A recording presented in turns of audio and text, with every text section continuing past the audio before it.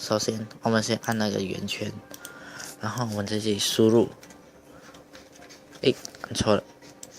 就输入电源选项，它就会跑出来，然后你就点它，